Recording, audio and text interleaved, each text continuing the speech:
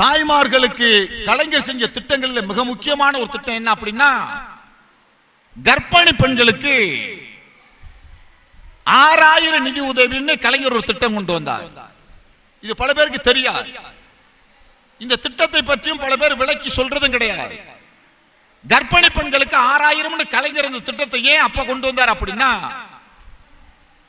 சுகாதாரத்துறை இந்தியாவில் ஒரு அறிக்கை கொடுத்தா. என்ன அறிக்கைன்னா, அதிகமான பெண்கள் எப்ப இறக்குறாங்க சாவுறாங்க அப்படின்னா பிரசவ நேரத்தில் தான் அதிகமான பெண்கள் சாவுறாங்க.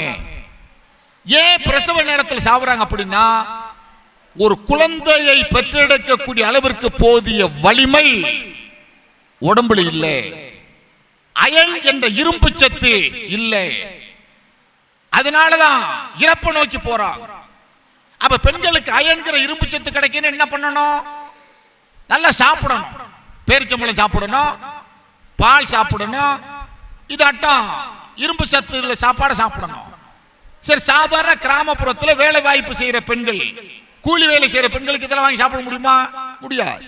அப்பதான் கலைஞர் சொன்னார், நான் 6000 தரேன், நல்ல வாங்கி சாப்பிட்டு உடலை ஆரோக்கியமாக வைத்துக் கொண்டு குழந்தையை வலிமையாக பெற்றெடுக்க வேண்டுமென இறப்பு தன்மையில் இருந்த பெண்ணினத்தை வாழ வைத்த பெருமை முத்தமிழறிஞர் டாக்டர் கலைஞர் ஒருவருக்கு மட்டுமே உண்டு.